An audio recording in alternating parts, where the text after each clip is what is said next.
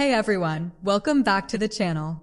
And today we're tackling Weapons, the 2025 horror thriller from director Zach Cregger. Yes, the guy who gave us Barbarian. So buckle up, because Weapons takes community paranoia and supernatural chaos to a whole new level. So after hearing about this movie, the big question which comes on everyone's mind is that what happened to the kids? Well, I am talking about 17 elementary school children who vanish into the night at exactly 2:17 a.m., and they're all from the same class, leaving their small town of Maybrook in absolute turmoil. So I will explain the full plot, the bonkers ending, and what it all means. But here's a spoiler warning for you, because this is a full spoiler breakdown. So if you haven't seen the movie yet, then pause now and go watch it first. But if you doesn't care about spoilers, then keep watching. Alright, then let's get to the story. So Weapons isn't your typical linear horror story. It's structured like a puzzle, jumping between the perspectives of different characters connected to the disappearances. So we start with Justine Gandy, played by Julia Garner, who's the teacher of the missing kids.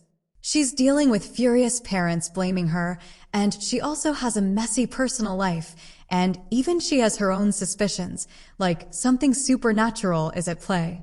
Then the film bounces to other viewpoints, like Archer Graff, a desperate dad whose son Matt is one of the vanished child. Then there is Paul Morgan, a troubled cop with ties to Justine. There's also James, a local drug addict who stumbles into the mystery.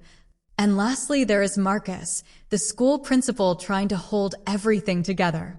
And each segment reveals a little more, and building this dread-filled mosaic of grief, paranoia, and violence. So the core mystery of this movie is that on one fateful night, 17 kids from Justine's class get out of bed, leave their homes, and just disappear. There is no traces, no clues, except for one kid left behind, Alex, a quiet boy from the same class. And the parents are losing it. The town is in chaos, and everyone's pointing fingers, especially at Justine, who becomes a prime suspect in the eyes of folks like Archer. So now, here's where it gets really wild. Because as the perspectives unfolds, turns out that the mastermind behind the vanishings is Alex's so-called Aunt Gladys. And she's not just some eccentric relative, she's a straight-up witch who's been draining life force to stay alive. And Gladys shows up at Alex's home weeks before the incident, looking terminally ill, with a potted tree that grows weird, thorny twigs. And she uses a ritual involving blood, hair, personal items, and these twigs to control people, turning them into zombie-like puppets. First, she puts Alex's parents into a catatonic state, forcing Alex to care for them and keep quiet. But she needs more energy.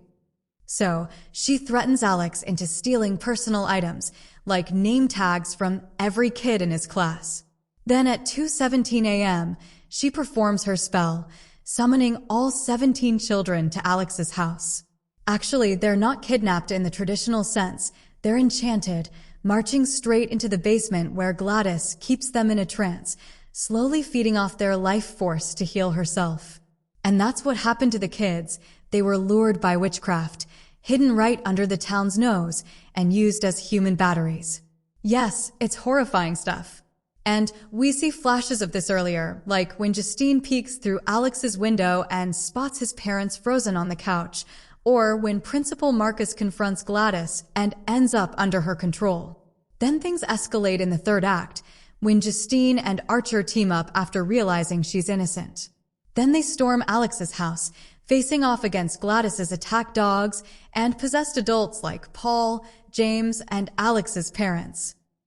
It's a gruesome showdown, stabbings, shootings, and pure chaos. And Archer even gets temporarily enchanted and turns on Justine. But the hero, Alex.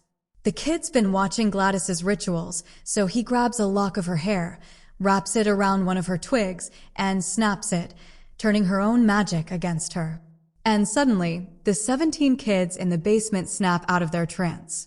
They burst out like a feral horde, chasing Gladys through the town, and, well, they tear her apart. And trust me, it's savage, satisfying, and one of the most unhinged horror endings of the years. So with Gladys dead, the spell breaks.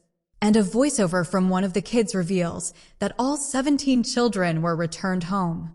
But the trauma lingers, because even after 2 years later, some still haven't spoken, showing the lasting scars of her curse. And Alex's parents never recovered. They're institutionalized, and he moves in with a much nicer aunt.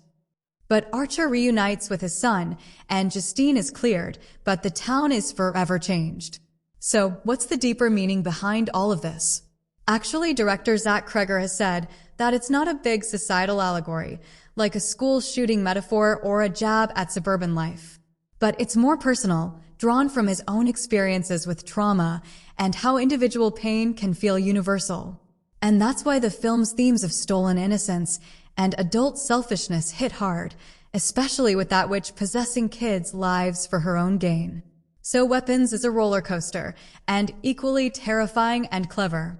And if you love the twists, drop a like and subscribe for more horror breakdowns.